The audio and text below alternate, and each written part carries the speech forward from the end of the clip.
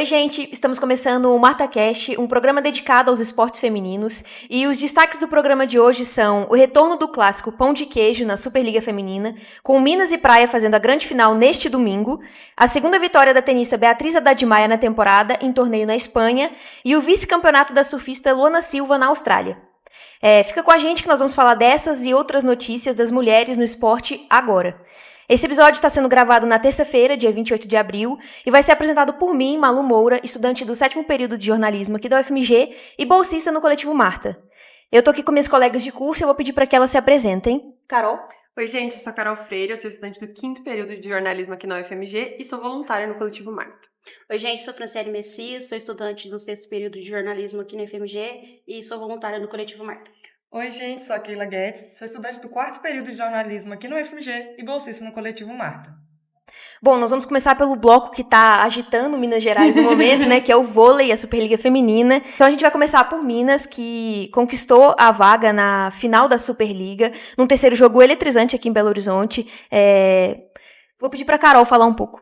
Pois é, gente, depois de ter perdido o primeiro jogo em casa, o Minas precisou ganhar o segundo e o terceiro para garantir uma vaga na final contra o Osasco, que era o atual campeão da Superliga, né?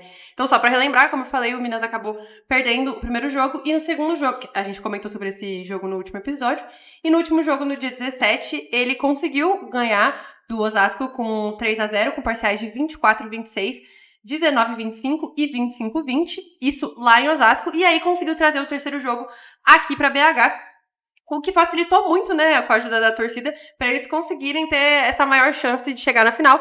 E conseguiram um jogo, assim, muito apertado, de altos e baixos, de momentos, assim, icônicos. Um jogo que foi vencido por 3-2, com parciais de 22-25, 25-18, 25-22, 13-25 e 15-12.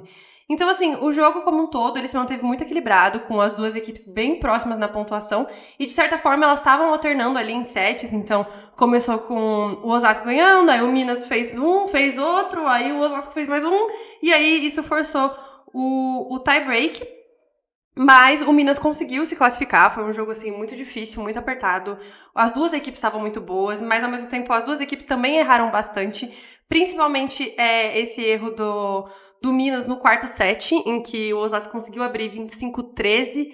Não foi, assim, muito esperado, né? A gente esperava que fosse ser um set um pouco mais apertado, mas mesmo assim foi um jogo bom, foi um jogo muito consistente, assim, né? Eu diria. E o Minas levou a melhor em cima do Osasco, que era o atual campeão.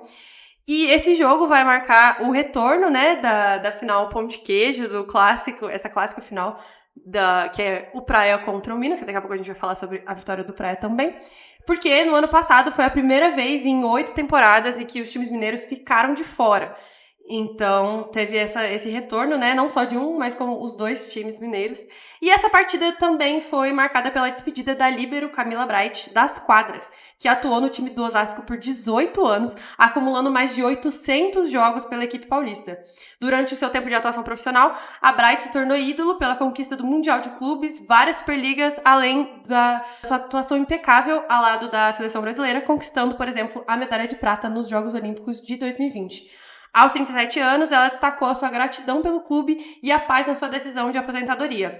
Ela disse que nesses 18 anos vestindo a camisa do Osasco, ela viveu e sentiu coisas extraordinárias, sentimentos que só o esporte é capaz de proporcionar, que tiveram momentos de dor, difíceis, incertezas, de choro e de luta, mas também muito sucesso, vitórias, muita glória, e que o principal, ela disse que foi muito feliz dentro do clube.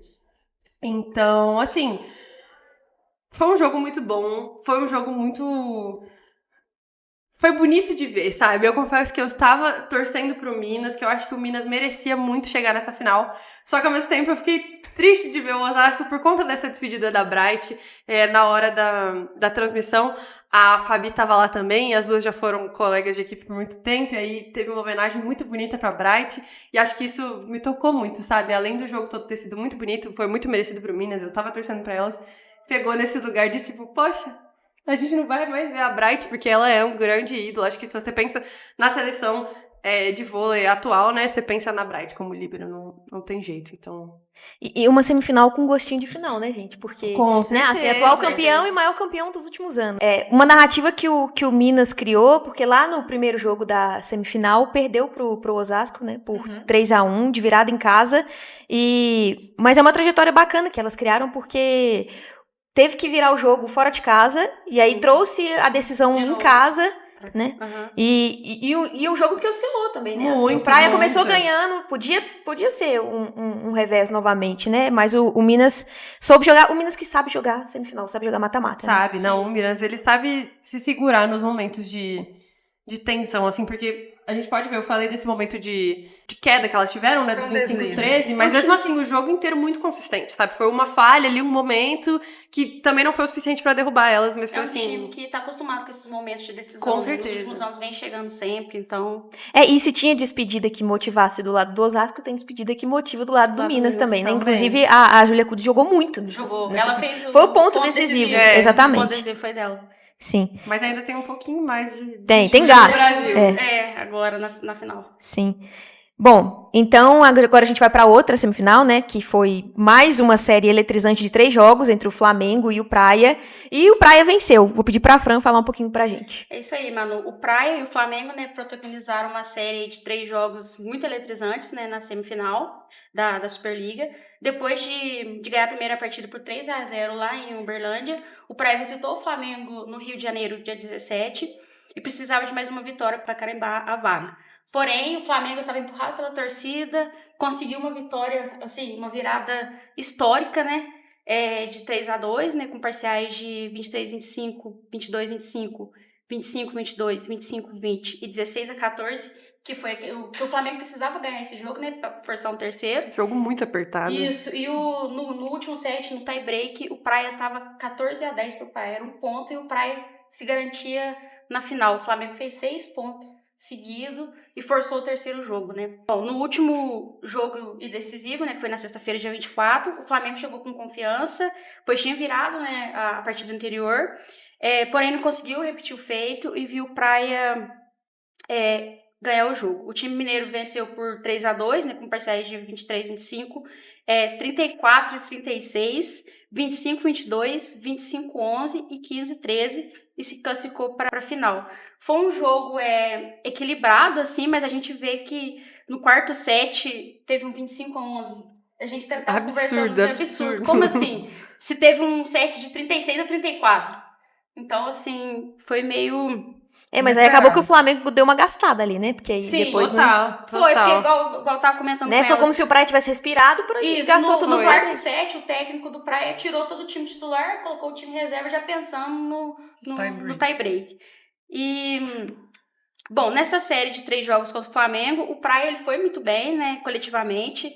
As jogadoras elas estavam entrosadas, assim, mas a gente percebeu alguns destaques no time, né? A Macris foi um dos destaques, ela distribuiu muito bem, colocou as atacantes para jogar. A Denise, né, ela sempre tem uma energia muito grande dentro de quadra. Ela é como se fosse o coração do time dentro da quadra. A Kéfera também foi muito bem, né, derrubou bolas importantes. A Fingal também foi muito bem. E essas 4 jogadoras que eu citei, acho que foram os pilares para o Praia conseguir ir para essa final. Agora o Praia vai jogar a sua 8ª final de Superliga, né? Depois de ficar de fora da final do ano passado. E vai jogar a 6ª final contra o grande rival, o Minas, né? E os dois agora vão fazer esse clássico aí, apelidado de Pão de Queijo, no próximo domingo, dia 3, lá em São Paulo. Imperdível. E eu acho que, assim, apesar de o Minas ter feito uma campanha melhor que o Praia na temporada regular, o Praia surpreendeu muito nessa semifinal, assim, porque nos 3 jogos, né, assim, além de ter ganhado por 3-0 o primeiro jogo, os outros 2 jogos foi equilibrado, poderia ter ganhado num segundo jogo. Tava um ponto, mas principalmente, assim, nos 3 jogos o Praia abriu os 2 primeiros sets. Sim, abriu os 2 primeiros sets. O Flamengo teve nos 3 jogos venceu os 2. Então, Exatamente. assim, acho que cresceu ao longo da competição, sem dúvida alguma. Sim, e é aquela coisa, no mata-mata, Tudo muda. Era tudo. Não existe posição, No né? comecinho da classificatória, a gente chegou a comentar aqui que o Praia tava perigando ficar de fora. E agora tá na final. E assim. agora tá na final. Não, e de repente, né, gente, criou-se um jogo coletivo impressionante, né? Porque... Sim. Não, absurdo. Eu não consegui assistir esse jogo, mas eu tava comentando com as meninas antes da gente começar a gravar que na hora que eu fui ver as parciais, eu falei, gente, eu perdi o melhor jogo de vôlei de todos os tempos. Porque, assim, foi um set de 36-34, que é absurdo, porque para as pessoas que não entendem muito de vôlei, o vôlei vai a 25 pontos. Então, para chegar a 36 é porque tava Super acirrado. Foi um set de tava 48 absurdo. minutos. E aí depois, a equipe que fez 36 fez 11. E perdeu de 25 a 11. Tipo assim, eu falei, gente, eu perdi o melhor jogo de vôlei de todos os tempos. O set de 36 a 34 durou 48 minutos. É absurdo. É muito É um tempo de um jogo de futebol. É um tempo de jogo de futebol. É loucura. Foi um jogão e foi isso. Acho que a gente não esperava que o Praia Não. fosse conseguir ter esse desempenho todo, porque não começou muito bem na temporada, Não. mas era aquilo que a gente tava falando. Era questão de tempo Mas pra se se ajeitou ajustar. ali nas quartas contra o Bauru, já Conseguiu vinha- muito se ajustar e Sim. vir muito mais forte. E o Flamengo, que tava muito bem, a gente não pode deixar de Não. parabenizar o Flamengo, que fez um Sim. jogo impecável. Líder na temporada líder regular. da temporada. E Exato. até mesmo nas quartas, o Praia fez os 3 jogos também, nas quartas Sim. e na semi. Então, assim, foi bem acirrado. Foi Elas mostraram demais. muita consistência, tanto nas quartas quanto nas semis. E o Flamengo foi buscar, igual eu tava falando no segundo jogo agora da semifinal, o Flamengo foi buscar um 14-10. Não, Flamengo é- Então, o terceiro perfeito. jogo poderia ter dado qualquer um. Sim, Exatamente, assim, realmente estava super aberto. O time do Tava. Flamengo tá muito bom também, assim, Tá. é um time que vem muito mais forte. Eu acho que sempre foi um time bom, sempre foi um Sim. time forte, mas eu acho que tá vindo cada vez mais. É. E esse jogo também marcou a despedida de uma das atletas do Flamengo, que é a Helena, que ela é uma das Isso. atletas mais novinhas da seleção atualmente, quer dizer, não sabemos se ela vai ser convocada ainda, é. mas até o ano passado, né, ela tava na seleção, que é a Helena do Flamengo, que ela com seus 21 aninhos e 2 metros de altura, ela tá indo jogar no vôlei italiano. Então esse jogo foi a despedida dela e até no final do jogo teve uma cena bonitinha. Depois da derrota ela tava chorando ali, tava emocionada, óbvio, e ela foi abraçar o namorado, assim. Então também teve esse lado mais emotivo, né, pra ela. Mas assim, o desempenho impecável de toda a equipe. A Helena foi muito poupada, a gente tava falando disso também. Dava pra Helena ter jogado mais, dava pra ter colocado mais ela em quadra, porque ela é uma atleta excelente. Mas o time como um todo, assim, tá impecável. A Superliga eu acho que tá cada vez mais Melhor. competitivo. O nosso Aham. vôlei tá cada vez melhor. Sim, e se até o momento ficou tudo igualado, acho que agora na final tá ainda mais, né? Sim. Com certeza. Sexta final entre Minas e Praia. Vou até pedir pra Keila falar um pouco sobre esse retrospecto e a gente volta a debater sobre um pouco. É isso mesmo, Malu. O Minas e o Praia, eles vão disputar a final, que vai ser um jogo único no dia 3 de maio, no domingo, às 10 horas da manhã, no ginásio do Ibirapuera, em São Paulo, repetindo o modelo adotado nas últimas edições. O confronto marca mais um capítulo de uma rivalidade dominante na última década, assim como as meninas haviam falado. Bom, o Minas e o Praia, eles chegam à decisão pela 6ª vez em finais recentes da competição e eles vêm se alternando no topo. A equipe da capital busca o 6º título, que ela foi campeã em 2001, 2002, 2018 e 19, 2020 e 21, 2021 e 22 e 2023 e 24, o que pode acabar isolando o Minas como o maior time campeão feminino da Superliga. Já do outro lado, o time de Uberlândia tenta conquistar a 3ª taça da Superliga, e ela foi campeã em 2017 e 18 e 22 e 23. Então, a trajetória até a final, Pão de Queijo, evidencia o equilíbrio entre as equipes. O Minas garantiu vaga ao superar o Maringá nas quartas de final e reverter uma série difícil contra o Osasco nas semifinais, vencendo os 2 últimos jogos após sair em desvantagem. Já o Praia, ele precisou de 3 partidas tanto nas quartas quanto na semifinal, assim como eu havia falado anteriormente, eliminando o SESI Bauru e o Sesc Flamengo, líder da fase classificatória, em confrontos decididos no detalhe. Então, assim, o Flamengo estava vindo de uma campanha maravilhosa, se não me engano, com 51 pontos, e ninguém estava esperando, Não assim, tinha perdido nenhum jogo até entrar não no estava mata-mata. esperando que o Praia ia conseguir superar o Flamengo. E fora de quadra, a procura por ingressos evidencia a dimensão do evento. As entradas foram disponibilizadas em diferentes setores, com valores que variam de R$ 140 a R$ 1.000, dependendo da experiência que a pessoa for escolher. A alta demanda fez com que os mais de 6 mil ingressos fossem esgotados antes mesmo da definição das finalistas, reforçando assim o interesse crescente do público pelo voleibol feminino no país. E para quem não garantiu presença no ginásio, a decisão terá transmissão ao vivo na TV fechada pelo Sport TV 2 e também em plataformas digitais, como o GE TV, pelo YouTube e a VB TV. A expectativa é de mais um duelo equilibrado entre elencos consolidados e protagonistas que mantêm o alto nível técnico da competição, em um momento de crescente visibilidade do vôlei feminino brasileiro. E essa final evidencia ainda mais o vôlei feminino mineiro. Sim, com certeza. Sim, A gente como tava elas falando estavam muito também fortes. das semifinais, né? Que a gente queria ter ido Eu não consegui comprar ingresso. Exato, Esse- não deu. Foi o que a gente tava falando antes mesmo do Minas divulgar, que já tava com os ingressos liberados. Já tinha tinha esgotado, já tinha esgotado. acabado. Deu tempo nem do estagiário lá no Instagram postar. É. Acabou. Então, é Sendo muito final legal. única, pior ainda, né? Nossa, Não, pior final ainda. única. E é muito legal a gente ver isso que, mesmo com os preços salgados, né, pra você conseguir assistir lá do ginásio, as pessoas têm esse interesse. Então, a gente fala muito que o que falta mesmo no esporte feminino é a visibilidade, porque público tem, jogadoras boas tem, um campeonato fortíssimo com boas jogadoras, com bons resultados também tem. O que falta mesmo é a visibilidade, que nem agora é uma final que, na minha opinião, deveria passar também na TV aberta, porque Sim. aí vai passar no Sport TV 2, que beleza, sempre passa todos os jogos de vôlei praticamente no Sport TV 2, no GE e tal, mas aí você é obrigada a ter a TV fechada, a TV aberta. Fica aqui o nosso apelo pra passar mais jogos de vôlei feminino na TV aberta, porque vai ser um jogão, né, gente? Vai ser E a impecável. minha aposta é jogo de 5-7. Ah, com certeza. Eu também acho que não vai ser menos que isso, não. Vai ser a terceira final de jogo único, né? E qual é a aposta de vocês? Quem vence? Olha, eu acho que se a gente for falar de consistência, o Minas. 4 Mas vitórias, né? 4-1. O Praia tá Não vai ser vindo surpresa. forte. Eu acho que agora É. não vai ser surpresa se o Praia ganhar. Porque ele tá vindo assim. tá na final, ninguém surpresa. tá esperando. Ele vai lá e fala: então tá bom, então olha aqui, eu ganhando de Contra o novo. Flamengo, todo mundo acreditava que o Flamengo ia... Sim. A nossa expectativa aqui era que a final fosse Flamengo e Minas. E Praia. a única vez que o Praia venceu o Minas foi em jogo único. Então, assim, sabe jogar jogo único. Exatamente. Sabe. E foi o que a gente falou. O Praia tá crescendo muito. Elas estão vindo muito, muito fortes. O Então, coletivo conseguiu amarrar ali direito nessas última fase e tá dando certo. vai ser um jogo muito apertado. Vai, Será que a vai gente ser tem jogo apertado. um novo set de 34, 36? Dessa vez elas chegando a 40 pontos. A gente espera por isso, né? É. Bom, mas é isso, gente. Agora a gente vai fechar o bloco de vôlei. Vou passar por um giro das outras notícias da modalidade que estão publicadas na revistamarta.com. A decisão da 4ª etapa do Circuito Brasileiro de Vôlei de Praia, realizada neste domingo, 26 de abril, em Brasília, reafirmou o domínio das principais parceiras femininas do país. O título ficou com as atuais campeãs olímpicas Duda e Ana Patrícia, que venceram Tamela e Vicky Lopes por 2-0, com parciais de 21-18 e 21-15. Na disputa pelo terceiro lugar, EG e Vitória garantiram a medalha de bronze ao derrotarem Thalita e Tayana por 2-0, com parciais de 21-11 e 21-17. Conegliano se consagrou campeão da temporada 25-26, sendo o seu 9º campeonato italiano, 8º consecutivo. A partida ocorreu na última quinta-feira, 22 de abril, na Arena Allianz Cloud, em Milão, onde a equipe venceu o Vero Milano por 3-0, com parciais de 25-17, 25-22, 25-22. A capitã da seleção brasileira, Gabi Guimarães, foi uma das destaques da partida, somando 11 pontos e sendo a segunda maior pontuadora da equipe. Bom, é isso e a gente volta já com o bloco de futebol.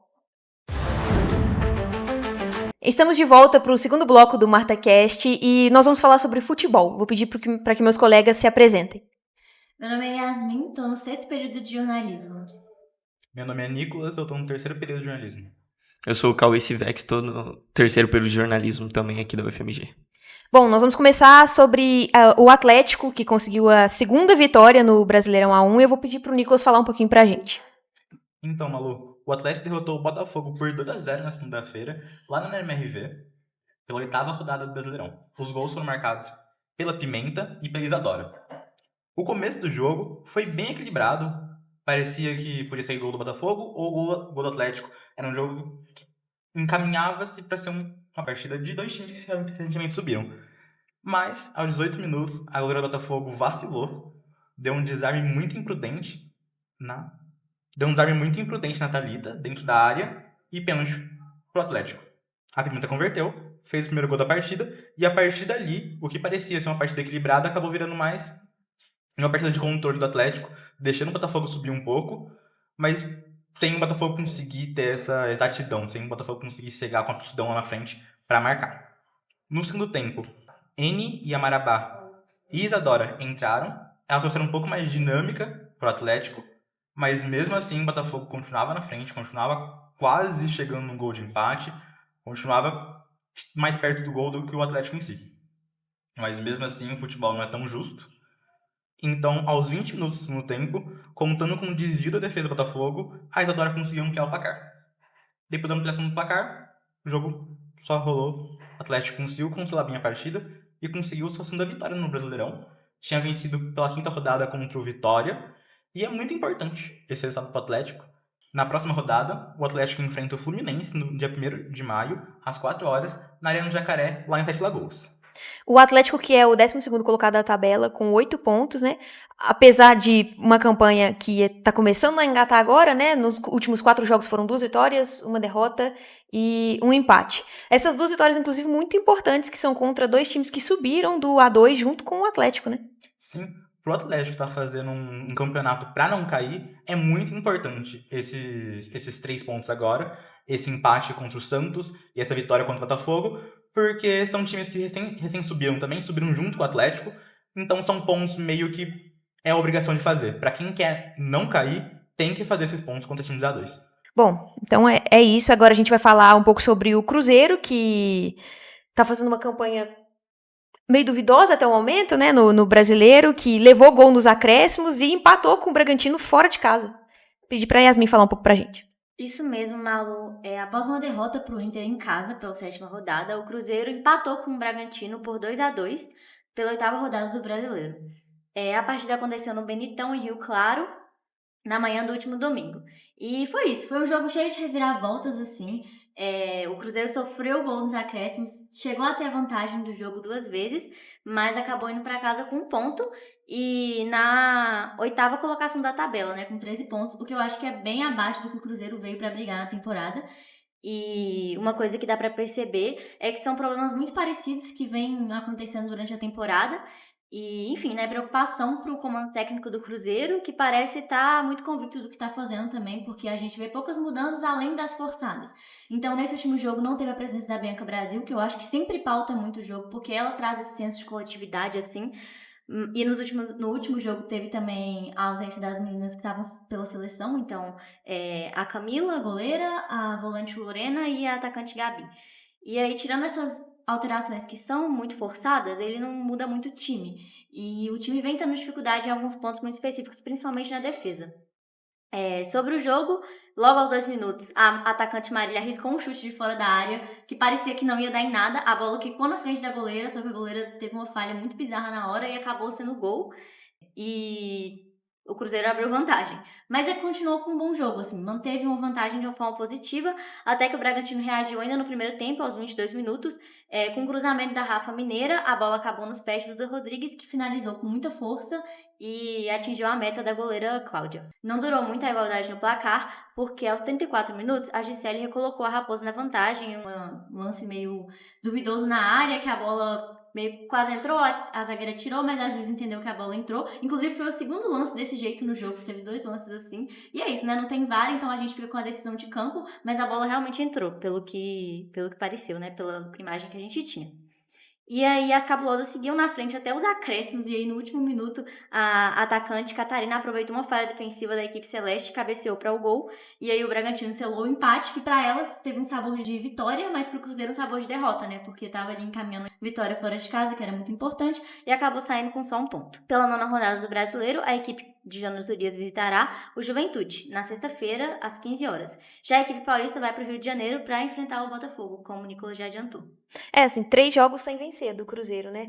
E eu acho que, apesar dos desfalques importantes que o Cruzeiro vem tendo, ainda assim não é uma campanha que a gente esperava do Cruzeiro depois do que elas fizeram no ano passado, né? Assim, tá em 8º, e a gente vale lembrar que para a próxima fase classifica os 8 primeiros, então, assim, 1 ponto de diferença com a Ferroviária, então tá ali, né? Assim, a gente já não tá mais tão no início da temporada, já foram 8 jogos, o total são 17, então.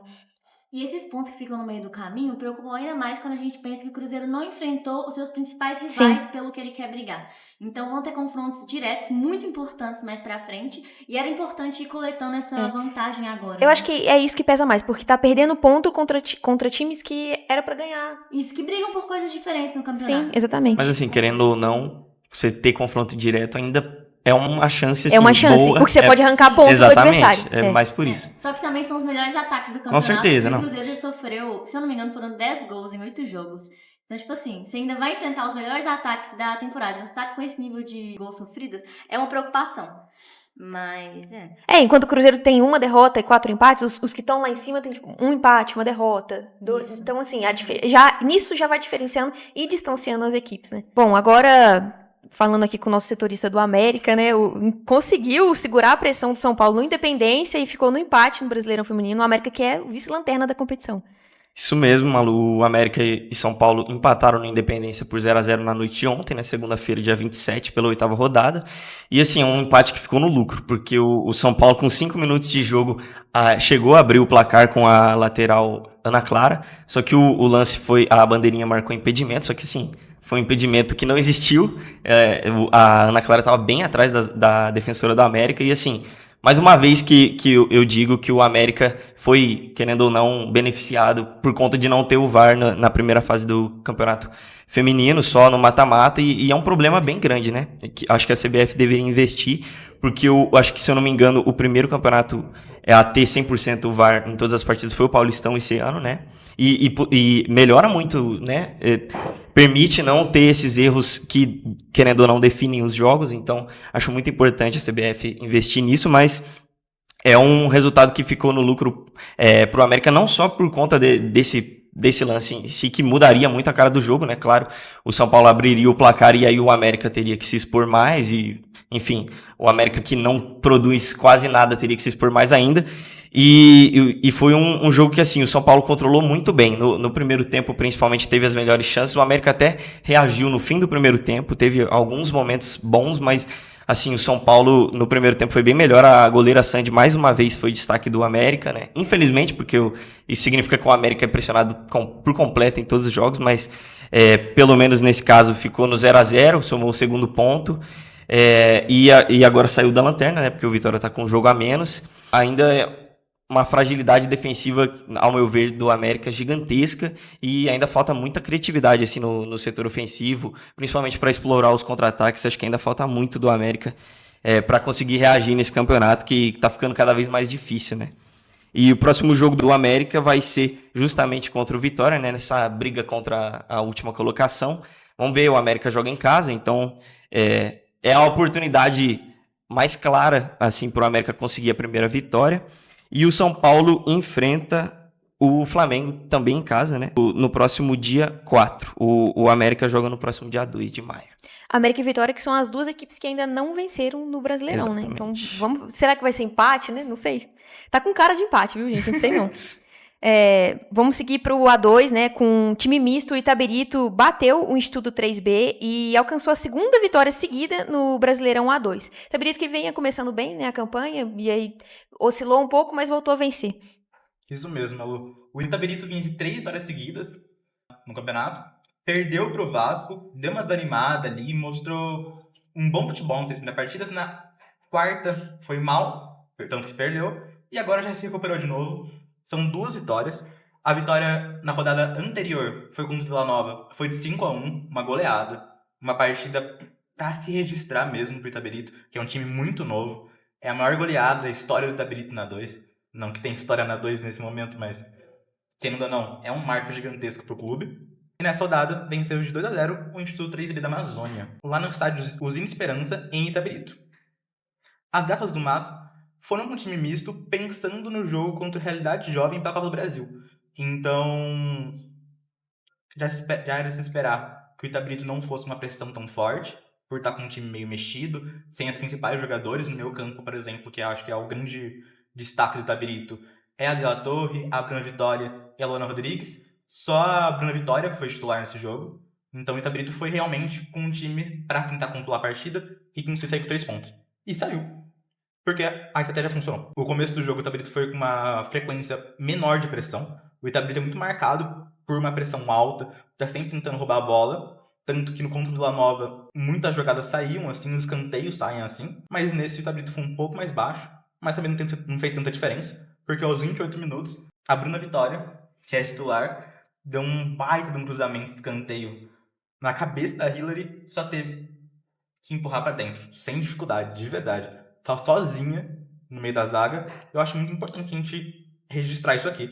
O 3B, até a terceira rodada, não tinha sofrido nenhum gol. Nesse jogo, foram 2 gols que o 3B da Amazônia sofreu sem marcação. Esse primeiro que eu já comentei.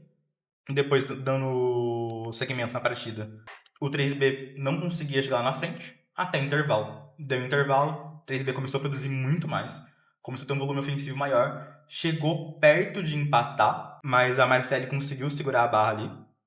E aos 83 minutos, depois das substituições do Hoffman, que é o técnico do Itaberito, e a entrada de titulares, como a Ariane, que é a artilheira do Itaberito, saiu um gol. A Verônica achou a Ariane sozinha, acho bem importante registrar isso, na área, e ela, artilheira, obviamente, marcou. Foi a segunda Foi a segunda vitória seguida do Itaberito.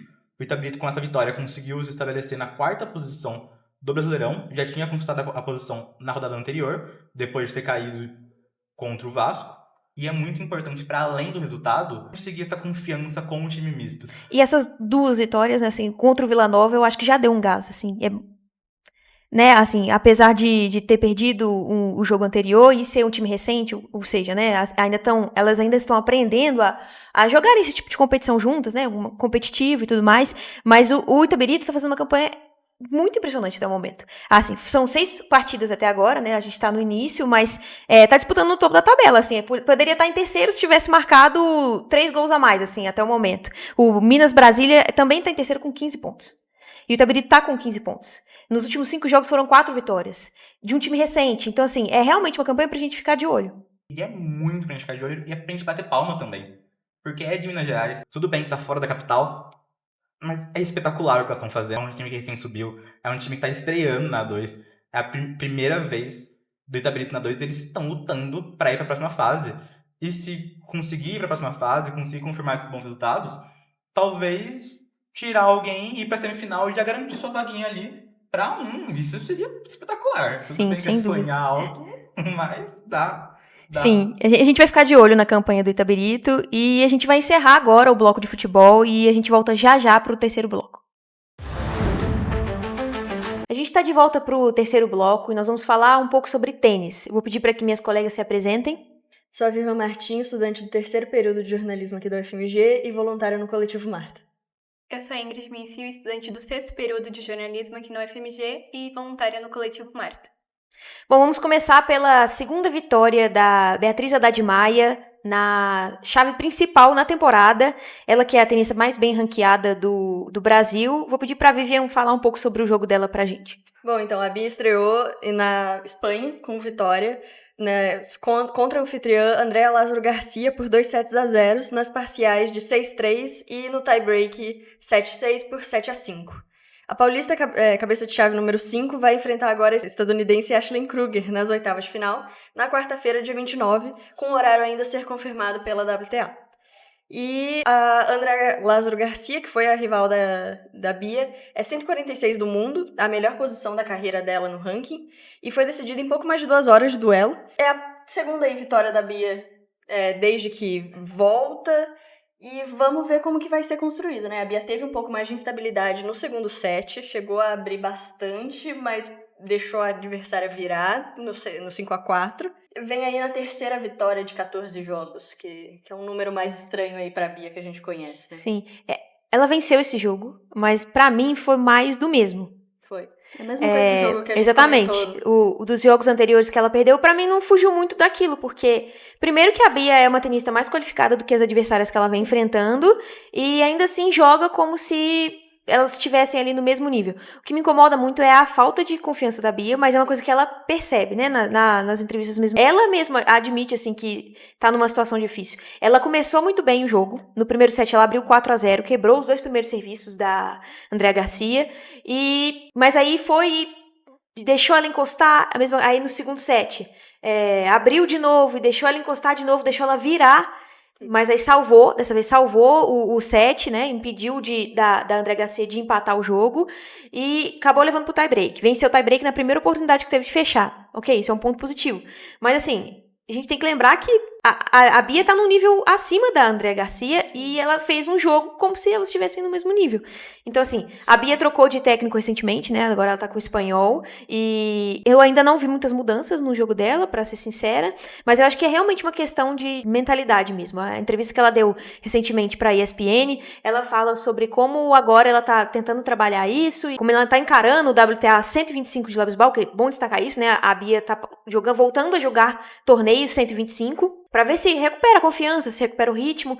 E ela falou sobre como, quando ela chegou, fez a melhor campanha dela em Roland Garros, que ela pensava assim, né, eu não vou ganhar esse torneio, mas eu vou dar a vida nesse jogo aqui. Ela falou que o pensamento dela pra agora é o mesmo. Mas eu não acho que deveria ser esse, porque é um torneio de 125, ela tem que pensar que ela pode ganhar esse torneio. Então, assim, eu acho que é o mental mesmo, de fato, que pega ela.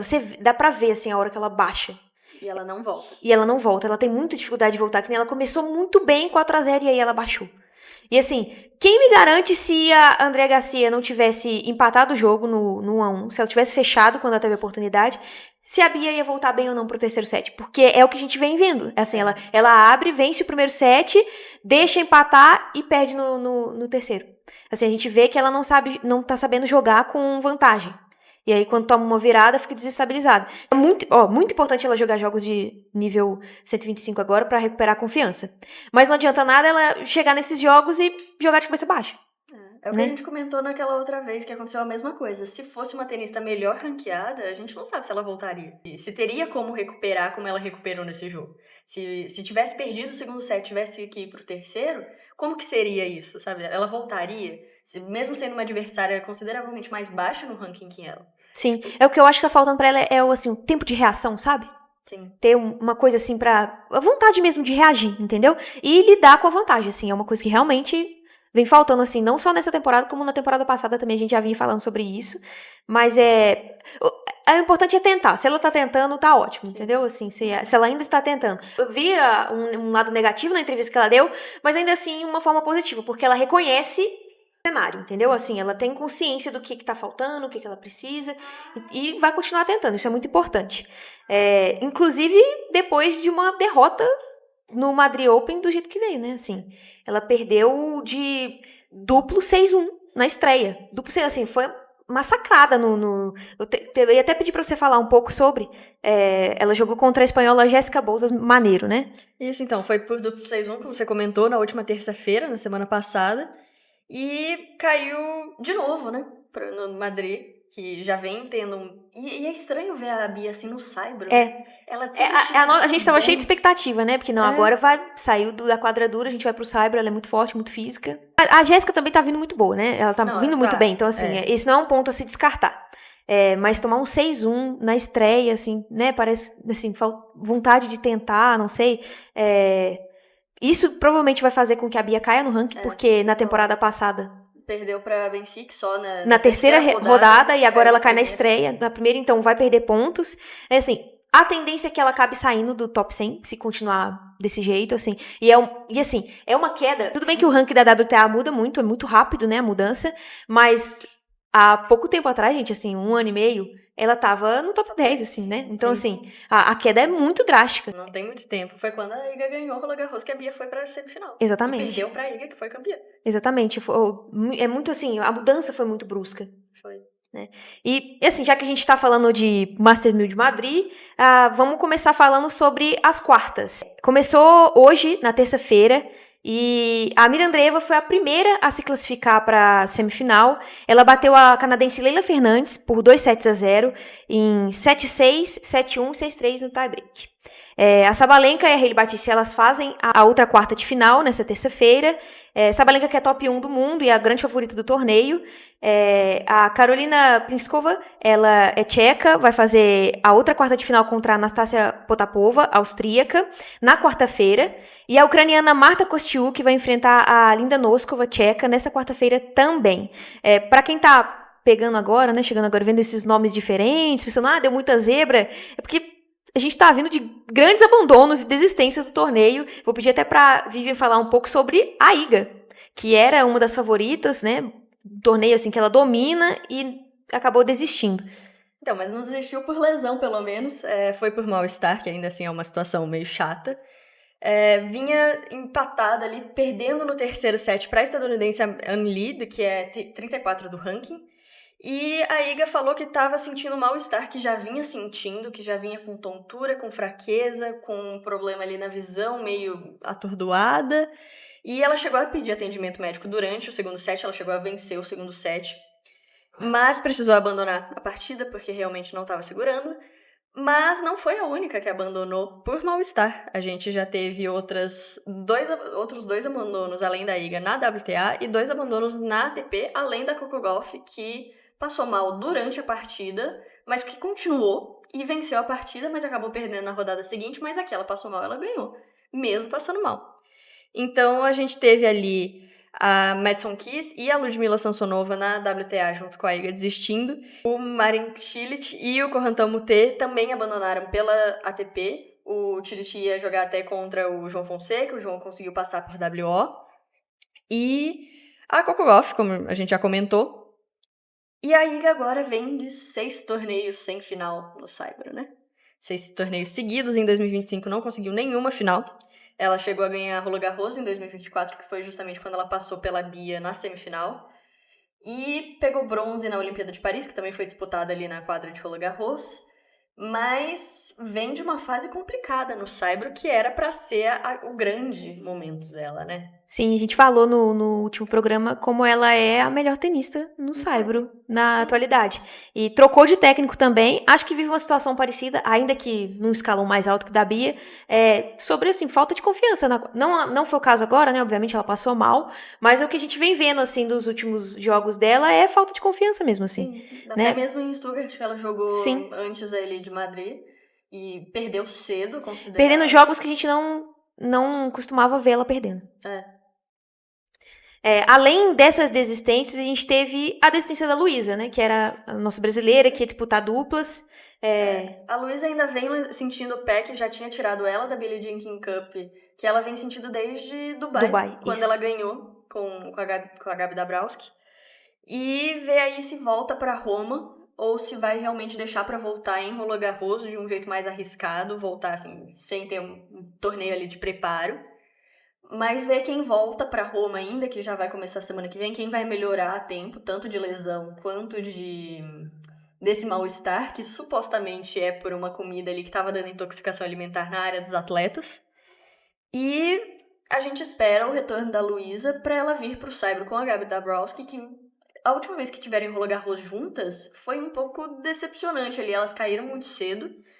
Mas ver como que elas vão voltar ainda mais com essa questão física da Luísa. Engraçado, né? Quando a Luísa falou sobre isso, parecia que era só, assim, ela tava desistindo da Billie Jean King Cup, né? Que foi o início. Parecia que era só, assim, alguma coisa que tava incomodando, precisava dar um descanso. Mas não, a gente já viu que, assim, é uma coisa mais séria, porque é um torneio de nível 1000, é um torneio importante. Ele, né, antecede o Grand Slam. Então, assim, importantíssimo pra somar pontos, pensando, né, até no final da temporada, tudo. E mesmo assim ela desistiu. O que me preocupa, porque a gente sabe que o histórico da Luísa, né, de lesões, então realmente me preocupa, mas assim, esperar pra ver. E agora, né, que voltou com a parceria com a Gabi Dabrowski, de novo. Que vinham tão bem. Exatamente. Que vinham aí de muitas semifinais, vinham aí de título. Mas ver como voltam e torcer pra ficar tudo bem também, que não seja só preventivo. Sim. Apesar de saber que não foi só preventivo, né? Mas que seja agora mais pra voltar com calma, não forçar também. Bom, não temos mais brasileiros no Madrid Open, né? Nem na WTA, nem na ATP, mas a gente teve a participação da Naná no quali, né? Queria até que você falasse um pouquinho pra gente. Sim, ela participou do quali com um wildcard, ela foi convidada pela organização do Madrid 1000 para participar, e ela foi derrotada pela ucraniana Daria Nigor, que é número 101 do mundo, de 24 anos, uma tenista já mais experiente que a Naná, que tem só 16 anos, ainda tá fazendo a transição, né, a gente sempre fala aqui. Ela perdeu por 2-0 com parciais de 7-5 e 6-1. Foi a primeira vez dela em um WTA 1000. Ela vinha embalada numa sequência de 18 vitórias, tanto contra juvenis quanto profissionais. Mas, assim, eu vi como uma partida positiva. Esse primeiro set da Naná foi bem equilibrado. Ela chegou até... Foi, assim, empate 3. Teve um momento que ela chegou a liderar. Ela ficou na frente, assim, ela quebrou uma vez a adversária. Teve uma quebra também. Então, assim, foi um primeiro set bem equilibrado. No segundo set, ela já voltou mais com tanta força, mas tem toda a questão da experiência também. Sim. Acho que o primeiro set mostrou do que ela é capaz. Sim. O segundo mostrou que ela ainda é muito jovem, Uhum. que ela ainda tem muito que aprender, que ela é a primeira participação dela num torneio de nível 1000, mas eu acho que a participação dela foi extremamente positiva. Ela teria que vencer 2 jogos pra poder entrar pra chave principal, mas, assim, realmente a diferença é muito grande, né, de top 600 pra top 100, 8 anos de diferença entre elas, então, assim, a diferença é realmente muito grande, mas um primeiro set, assim, bonito de ver mesmo. Muito equilíbrio, né? Assim, ela jogou realmente, pelo menos esse primeiro set, de igual pra igual, com uma tenista muito mais experiente que ela. A final de simples feminina será realizada na quadra central do torneio, vai ser nesse sábado, dia 2 de maio, e o horário ainda não foi definido pela organização do evento. Bom, passando para o Brasil, a gente teve a notícia na última semana que o time Brasil vai receber o Canadá em novembro pelos playoffs da Billie Jean King Cup aqui no Brasil. Sim, foi realizado o sorteio na última quinta-feira, dia 23, e definiu que o Brasil vai enfrentar o Canadá, o Brasil como mandante, então os jogos vão ser aqui em solo brasileiro, e marca um retorno do time Brasil ao país após 2 anos, sem partidas, né, aqui no Brasil. O confronto deve acontecer em novembro, entre os dias 20, 21 ou 22 e 23, porque as partidas de playoff elas são divididas em 2 dias, né? A Billie Jean King Cup são 5 jogos. No primeiro dia a gente tem 2 jogos de simples e 1 de duplas. E no segundo dia essas partidas de simples se invertem. Os playoffs, eles reúnem 14 países, com 7 se classificando por grupos regionalizados. A gente já falou aqui que o Brasil se classificou ganhando o Zona 1 das Américas. E os outros 7, eles se classificam com derrota na fase classificatória da edição, que foi o caso do Canadá, o nosso adversário, que ele perdeu para o Cazaquistão. E as expectativas para novembro é que, diferente da fase do Zonal, o Brasil venha com um time mais experiente, um time completo, né? No Zonal jogou com as jovens promessas, a Nauane Silva, a Vitória Barros, e o time foi completado também pela Ana Candiotto e a Gabriela Sé. Que, inclusive, fizeram uma campanha muito boa pro Brasil. Sim. Sustentaram. Enfrentaram, assim, ganharam da Argentina, do México, do Chile também. Foi uma campanha muito boa. E agora, para novembro também, essa expectativa é com os retornos da Bia Haddad, a Luísa Stefani também, né, voltando dessa lesão. A Laura Pigossi e a Carol Meligeni compondo a equipe também. E para o Canadá, ele provavelmente vai contar com a top 10, Vitória Imiboko, além da Leila Fernandes, que é número 25 no ranking. Que vem despontando, inclusive, né? Sim. A tendência aqui Tá crescendo bastante. E a duplista Gabriela Dabrowski, que é parceira da Luísa Stefani. Só pedreira, né? Que massa, é isso que eu ia falar. Só pedreira. Mas assim, eu acho que o jogo ser aqui no Brasil e ter adversárias desse nível estimulam as nossas tenistas a participarem. Porque a gente até falou, assim, que a gente meio que vê as tenistas deixando meio de lado, assim, a competição, a Billie Jean King Cup, porque, né? E aí talvez isso motive elas, né? Assim, jogar em casa, com a torcida, contra jogadoras desse nível. Quem sabe, né? Vamos ver. Talvez ali até uma rivalidade saudável da Luísa contra a Gabi. Exatamente. Ali até um pouco mais leve, assim, sem tanto peso em cima delas. Acho que rola. Eu também, tô ansiosa pra ver. Vamos lá. Torcer, né, pra que elas topem e participem. A gente vai ficando por aqui e voltamos já pro quarto bloco. Nós estamos de volta pro quarto e último bloco do Marta Cash e vamos falar sobre surf, Fórmula 1 e skate. Vou pedir para minhas colegas se apresentarem. Sol. Ei, gente, eu sou Soraya Carvalho, estudante de jornalismo e bolsista aqui no Coletivo Marta. Oi, gente, meu nome é Amanda Camargo, sou estudante de jornalismo e voluntária aqui no Coletivo Marta. Oi, gente, eu sou a Lara Tavares, eu sou estudante de publicidade e propaganda e sou voluntária aqui no Coletivo Marta. Bom, vamos começar pelo surf. A brasileira Lona Silva foi vice-campeã em Margaret River e eu vou pedir para a Soraya falar um pouco pra gente. Foi por pouco, Malu, por muito pouquinho que o Brasil não voltou a vencer uma etapa feminina na WSL. Na bateria realizada na noite do último sábado, 25, a nossa Luana Silva acabou ficando com o vice-campeonato da etapa de Margaret River.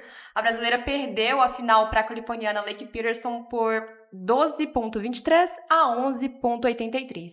E esse título era esperado, tá? Porque a última brasileira a vencer uma etapa do campeonato foi a Tati Weston Webb, em julho de 2022, lá em Jeffreys Bay, na África do Sul.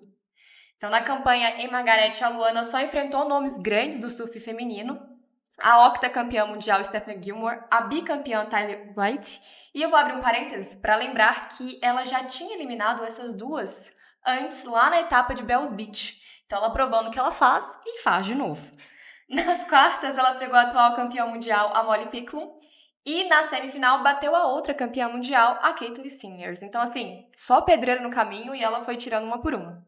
A final começou com a americana saindo na frente, que somou 4,17 na primeira onda da bateria.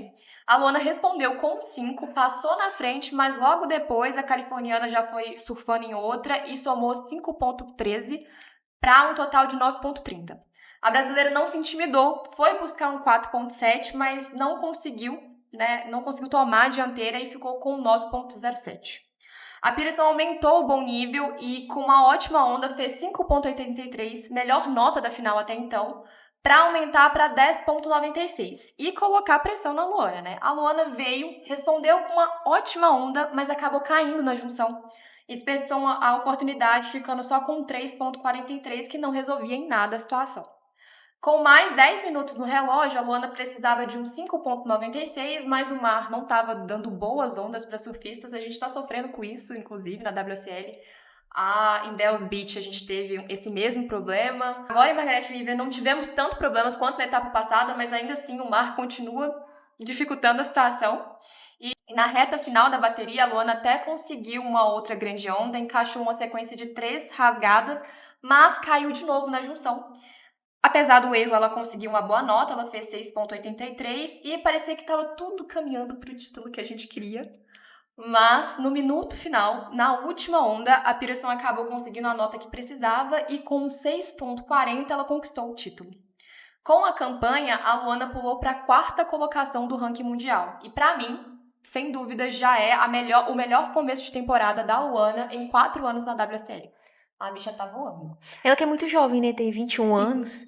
Venceu o Mundial Júnior da WSL no ano passado. Isso foi um feito inédito, inclusive.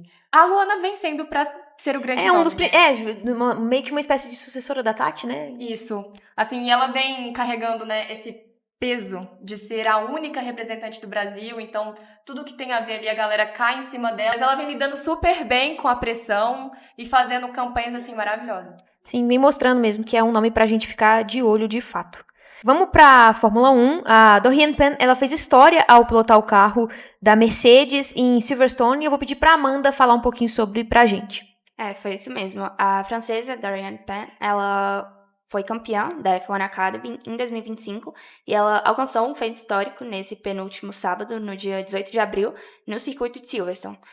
A jovem, ela se tornou a primeira mulher a pilotar um carro de Fórmula 1 da Mercedes AMG Petronas da Fórmula 1, marcando a sua estreia ao volante de um modelo da categoria. A Pan, ela guiou o W12, que foi o carro utilizado pelo Lewis Hamilton e pelo Valtteri Bottas na temporada de 2021, o ano em que a equipe conquistou o Mundial de Construtores, enquanto Hamilton e Bottas terminaram na segunda e na terceira colocações no campeonato de pilotos de forma respectiva.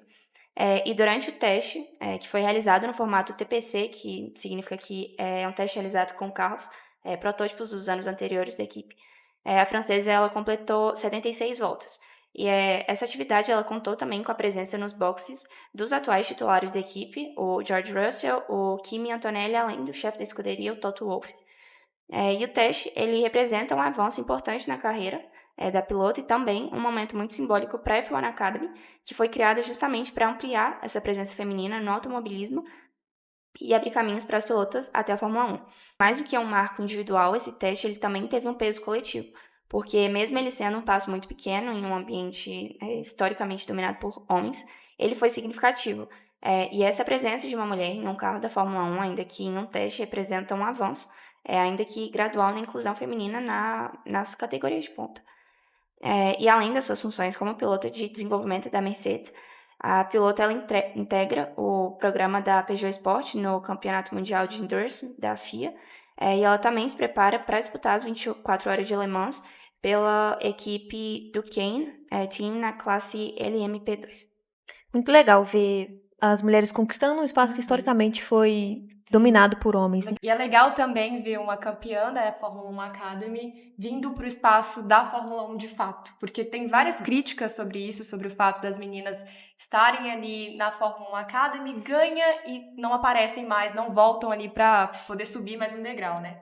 E a última mulher que tinha feito um treino livre, na verdade a Pan não fez um treino livre, mas a última mulher que foi de fato para algo oficial da Fórmula 1 foi a Suzy Wolff, que é a diretora da Fórmula 1 Academy. Então é muito legal ver ela construindo, ela que abriu espaço e cavando mais, e a Doriane tem super potencial para chegar lá. Eu acho que, ao menos na minha opinião pessoal, entre as pilotos da Fórmula 1 Academy, a Abby e a Doriane são as duas que podem chegar lá e que vem abrindo mais espaço para as meninas.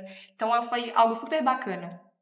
Vamos ficar de olho, né, pra ver qual vai ser os próximos passos, se vai render, se não.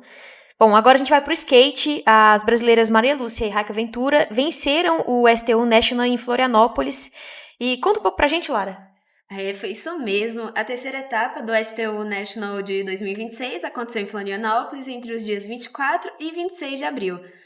As skatistas, tanto na modalidade street quanto na modalidade park, elas mostraram muita habilidade técnica. Na modalidade street, apesar das 3 horas de atraso devido à chuva, isso não abalou a Maria Lúcia e ela mostrou seu ótimo desempenho.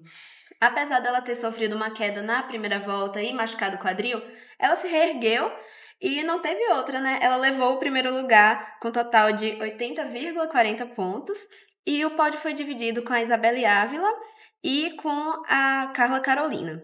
Indo para a modalidade parque, a Raika Ventura, ela se mantém invicta, esse já é o 4º título seguido dela, do STU Nationals. Em 2025, ela já tinha levado o título em Porto Seguro, e em 2026 ela levou na etapa de Porto Alegre e de Criciúma. Apesar no começo da sua performance ter mostrado alguns erros, ela também se reergueu e mostrou sua habilidade nas manobras, ela aumentou a dificuldade, e assim ela levou o título, ficou em primeiro lugar, com um total de 88,66 pontos. O resultado final dessa categoria foi a Raika no primeiro lugar, e a Dora Varela ficou em segundo lugar, com 85,02 pontos, e em terceiro ficou a Isadora Pacheco, que ficou com 83,53 pontos.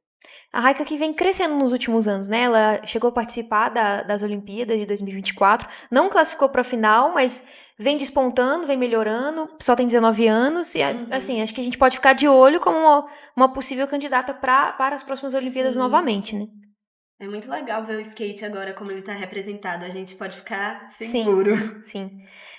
Para fechar o programa, nós vamos passar por um giro das outras notícias de diversas modalidades que estão publicadas no revistamarta.com. A Seleção Paralímpica Brasileira de Tênis de Mesa brilhou no ITTF World Para Future, realizado no Santiago, no Chile, somando 9 medalhas de ouro na competição. Marliane Santos e Daniele Houen se destacaram, ganharam ouro na simples e em duplas em suas classes. Já nos Jogos Sul-Americanos da Juventude, o Brasil ficou fora do pódio no basquete 3x3 feminino. No último sábado, dia 25, a seleção brasileira foi derrotada pela Paraguaia na semifinal e mais tarde perdeu para a Argentina por 16-11 na disputa da medalha de bronze.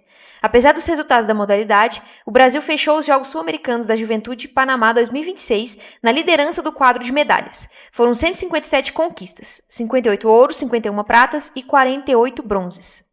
A gente vai terminando o episódio dessa semana. O MartaCast é produzido pelo Coletivo Marta, grupo de pesquisa em comunicação e culturas esportivas, ligado ao Departamento de Comunicação Social da UFMG.